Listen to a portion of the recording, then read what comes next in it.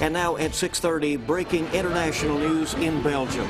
A series of terrorist attacks have claimed lives in Brussels and have injured dozens of others. A WKYT exclusive on the way as you'll hear from a Kentuckian who is in Brussels during this morning's attacks. The search is on for one of two people who police say crashed into one of their cars after an early morning robbery. And the UK women's team was looking to keep its season alive. Highlights from their second round game in the NCAA tournament. We have the 30s this morning. It is a chilly start, but a really nice looking day once that sun does rise. 66 this afternoon, very gusty winds. There's a reason why these winds are so gusty. There's a Thursday storm system I'm going to be talking about coming up.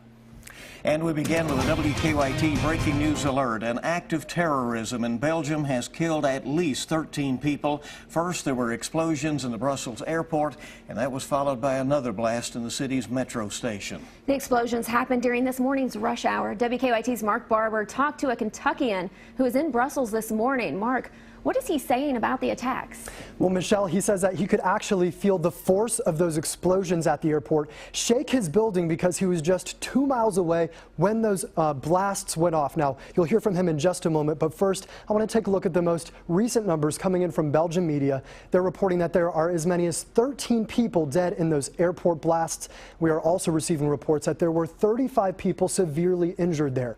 European Union officials are being told to stay in their offices or to just stay home altogether after those explosions rocked a metro station near EU headquarters.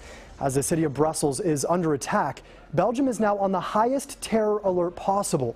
They have shut down their metro system as well as their airport. The first explosions happened during the morning rush just a couple hours ago as hundreds of people were checking into the airport. Two explosions ripped through the departure terminal near the American Airlines desk. CBS News is still working to verify reports that there were gunshots and shouts in Arabic before those blasts went off. Now, a man from Corbin, Kentucky was just a couple miles from the airport when those explosions ripped through the airport. He says he felt those blasts also shake his building. And again, he was 2 miles away. So that gives you an idea of just the power behind those blasts. When I spoke with him on the phone just a couple minutes ago, I asked if he felt safe. Take a listen. It's crazy. It's just, you're not very many steps from going back to just every man for themselves, every woman for themselves, and it's unsettling at best, and it's eye-opening to let we're not that far from the U.S. and it's a society very similar to the U.S. So. Now, that man tells me that he and his wife went over to Brussels with their 2 children about 4 years ago.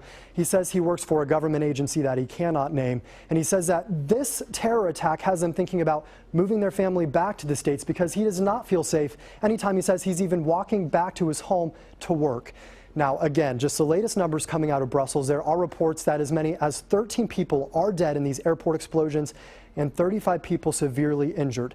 We do have a team here at WKYT continuously searching for new information to this developing story, so stay with us through the morning as we bring you up-to-the-minute updates right here on WKYT. Mark, thank you very much. Unfortunately, the numbers are going up, and we have those for you in just a moment. Apparently, there have also been fatalities at the transfer station there as well. These explosions in Brussels come a day after police identified a suspect in the attacks in Paris. In November, a series of coordinated explosions killed 130 people, including almost 90 at a theater where suicide bombers took hundreds of people hostage during a concert. Nearly 400 people were injured. Many of the attackers died. But yesterday, police say DNA found on the explosives in Paris led them to naming a new suspect. On Friday, a different suspect in the Paris attack was arrested in Brussels in the same neighborhood where today's metro explosion happened. Again, CNN is now reporting that 23 people have been killed in the 3 explosions, 2 at the Brussels airport and 1 at the city's metro station, now being added to those numbers. Again, 23 so far in these explosions in the airport and metro station in Brussels. We just heard from the very concerned Kentuckian who lives there. So this story continues this morning. We'll update you as we get more on WKYT.com and throughout the day on our newscast. Yeah, now to a developing story here in Lexington. A robbery suspect hit a police vehicle while trying to make a getaway. The robbery happened just after 4 o'clock this morning at the Marathon on Newtown Pike, but police bumped into the suspect a few minutes later at another gas station on Georgetown Street. WKYT's Mike Byer is live with new information. Good morning, Mike. It's been a busy morning for Lexington police. We've learned from them that there are 2 suspects involved in this morning's robbery. One of them is still on the loose, and according to police, he is armed with a handgun. Now, this all began shortly after 4 a.m. this morning. That's when police say the 2 men robbed the Marathon gas station on Newtown Pike. From there, police were able to locate the 2 men right here at the Thornton's gas station on Georgetown Road and Nandino Boulevard. This is where police tried to pull the Jeep over before they got here in a red Jeep Wrangler. I want to mention first, this is where police tried to pull the Jeep over before it sideswiped into a paddy wagon and got away. Police then located the Jeep on Whitney Avenue. Then the 2 men then got out of the vehicle and took off on foot. Police were able to detain one of the suspects, one road over on Douglas Avenue, but the other man remains on the loose at this hour. Police describe him as a black man standing around 5'6" and weighing 140 pounds. He's wearing black pants with a black hoodie. Police tell us he is armed with a handgun. Now, police say if you see the suspect to call the department immediately. Of course, if we learn of his capture, we'll bring that to you immediately on air and online. That's the latest here in Lexington. I'm Mike Byer, WKYT. Thank you, Mike. Now, we're learning more this morning about why a high-ranking member of the Frankfort Fire Department was fired. Battalion Chief Ryan Fisher was let go after a 3-1 vote by Frankfort's Board of Commissioners. In newly obtained documents, we learned Fisher is accused of harassing a woman who works at Frankfort Regional Medical Center. He's also accused of commenting about a firefighter recruit getting out of the shower and sending that recruit a picture of himself in a bathtub. Frankfort police say Fisher is not facing any criminal charges, but the city says his actions violated city and fire department policy. It's now 6:37 on WKYT this morning. A grand jury has indicted a Laurel County constable on a second-degree manslaughter charge. Investigators say Constable Bobby Smith shot and killed Brandon Stanley at a store back on March 4th. They say Smith was trying to serve Stanley an arrest warrant at the time. Investigators say Stanley was shot twice. More than a dozen witnesses testified before the local grand jury. Stanley's fiancée says he died the night before their wedding day. Smith will be arraigned on the charge next week. Today, a Lexington restaurant is joining in the effort to help a firefighter who is battling cancer. Lexington firefighter Matt Logsdon was diagnosed with stage 4 cancer earlier this year. And today, the Papa John's restaurant on Avenue of Champions will donate 25% of its sales to the Matt Logsdon Cancer Fund. Papa John's is among many businesses and other fire departments across the state who have held fundraisers and other events in recent weeks. The State House has approved a bill that would make cancer a line-of-duty death for Kentucky firefighters. That bill calls for the state to give $80,000 to families of firefighters who die from cancer. Firefighters say they are at higher risk of getting cancer because of exposure to smoke and harmful chemicals on the job. The bill has already passed the Senate. It now goes to Governor Matt Bevin's desk for his signature. The Kentucky Senate has approved a bill that would let voters decide whether to change the state's constitution to let lawmakers restore the voting rights of some convicted felons. Kentucky's constitution does not allow convicted felons to vote. Adair County voters are deciding today whether to legalize alcohol sales. The polls are open until 6 p.m. local time for that special wet-dry election in Adair County today. Moving on to basketball, the UK women's basketball team has enjoyed playing at home in the NCAA tournament. They actually played Oklahoma at Memorial Coliseum last night. At stake, a spot in the regionals to be played at Rupp Arena. WKYT's Lee K. Howard is in studio now with the highlights of that. Lee K. Hey, good morning. Yeah, the Kentucky women were looking to advance to the Sweet 16 last night with a win over Oklahoma in the NCAA tournament's second round. And early on, it was the freshman Macy Morris. She went 3 for 3 from long distance to start the game. Kentucky had an 8-point lead at the half. Oklahoma would pull within 2 in the third quarter. Taylor Murray extends the lead back to 4 with that jump shot. Big shot there for the freshman. Then late in the third, Michaela Epps dials it in from the corner. She finished with 13. The Wildcats would begin to pull away late. Janae Thompson, a big night for her. 3 more of her game high 16 coming right there, and Kentucky rolls to the win 79-58, and it is on to the Sweet 16 for the Kentucky women's team. They will host the Washington Huskies on Friday night at Rupp Arena, 7 o'clock. That'll do it for your morning sports, guys. Back to you. All right, very exciting time for the Cats. We'll see how they do. Everybody has to go and support them on Friday. Yeah, that's right. Let's see if they can keep on rolling. All right, something cute from just up the road. 5 new cheetah cubs are settling in at the Cincinnati Zoo after being delivered in a rare C-section. Yeah, once the births were deemed high risk, vets had to step in to perform the emergency procedure to protect both the premature cubs and the mom. The 3 boys and 2 girl cubs are getting round-the-clock care and bottle feeding, and so far everyone is doing well. Oh, they look like it. Look how cute they are. Oh my goodness. Cute for now. Well, I was going to say, I want to bring mine home. They're still cute when they're big, but you know, you have to respect them all of a sudden, right? 6:41 is our time this morning. Let's see how traffic is moving along this morning. Here's Officer Don with a check on live drive traffic. Good morning, Don. Good morning. Well, no wrecks to start things off. Police are running radar this morning in the construction zone. They're on Todd's Road near Forest Hill, so be careful there. And be extra careful on the ramp from Versailles Road onto the inner loop of the circle. Some debris in the roadway in that area. Right now, the circle looks okay, as you can see, real time. No problems inbound Nicholasville Road or even Harrodsburg Road. A little red there on Richmond Road approaching the circle. That left turn lane to the inner loop's already backing up. Drive times this morning, no wrecks in the way, so we're okay coming in from Paris. It looks like Paris Pike, everything is normal. Also Winchester, you're dealing about a 25-minute ride, and Richmond, about 31. Now back to you in the studio. All right, Don, as always, thank you. 6:42 on WKYT this morning with a lot more news on the way on your Tuesday. Most people can teach their dog a variety of tricks: sit, stay, fetch. But what about paint? What? Yeah, what do you think of that? We'll take a look at one pup's special talent just ahead. We have the 20s and 30s outside this morning, and then we hit this afternoon. It's going to feel much more like spring later on today and tomorrow, but that's out ahead of our next system that'll bring us thunderstorms on Thursday. We'll talk all about that coming up next. Now, your hour-by-hour forecast with meteorologist Micah Harris. A really neat look on the screen here with the almost full moon. Full moon actually comes tomorrow, but it's 99% full. And really Jupiter off to the side. Really cool shot there of 75 looking downtown. The cars are flowing there on 75 in Winchester Road. We haven't heard of any issues whatsoever. Across the viewing area, 64, 75, all looks well, and even some of those byways as well. Go down BG Parkway, and we're holding on to temperatures above freezing. If you go southbound, though, go into the Cumberland region, that's where we're seeing temperatures at least close to it or just below that. And also Hal Rogers Parkway, especially south of that in the Middlesboro. We're at 28 degrees early this morning, but some mild air is on its way. Really feel those winds kicking up 20 to 40 miles per hour. And when you start to feel that coming in from the south, when that typically happens, what you're going to see, temperatures rise very rapidly. We'll have roughly a 30-degree swing today from this morning to this afternoon. So if you're waking up this morning, you might need a light coat before you take off. This afternoon, you throw that light coat in the back seat, throw on a short sleeve shirt underneath, just because once you hit the afternoon, we'll be in the mid-60s. For tomorrow, here's 5 p.m.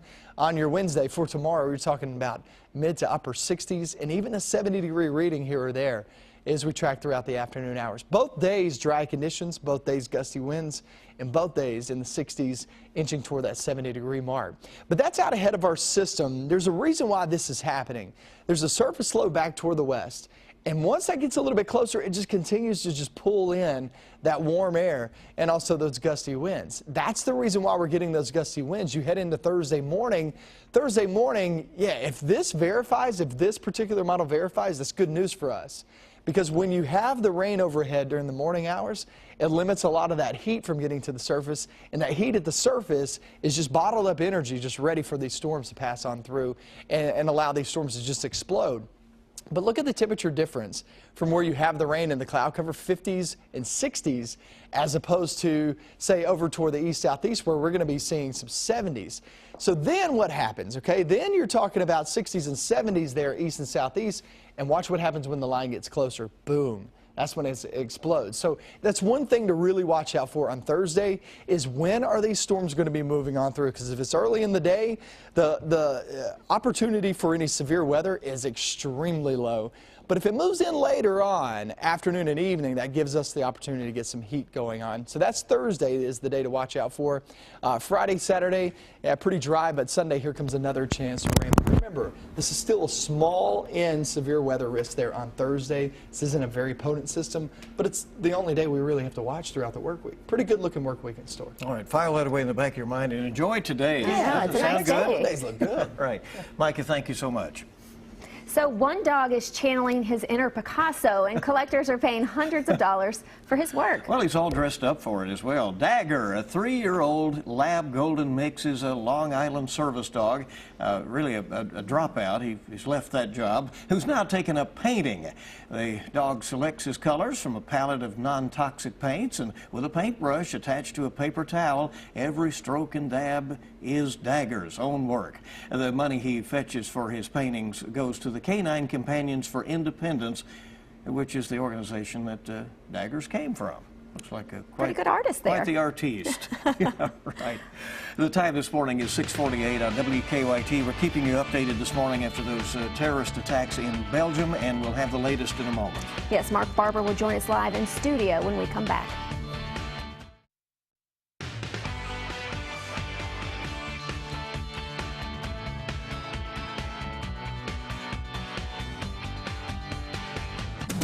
Welcome back to WKYT this morning. We're tracking a breaking news alert this morning. An act of terrorism in Belgium has killed nearly 24 people. The number's a little evasive at the moment. First, there were explosions in the Brussels airport, followed by another blast in the city's metro station. WKYT's Mark Barber has been working the story hard for us all morning long. He talked to the Kentuckian in Brussels this morning. Mark, what is he saying about the attacks? Good morning, Bill. The man from Corbin, Kentucky says he's traveled through that same part of the airport that was targeted this morning hundreds of times. He says he was in his office just 2 miles away when those 2 explosions went off this morning.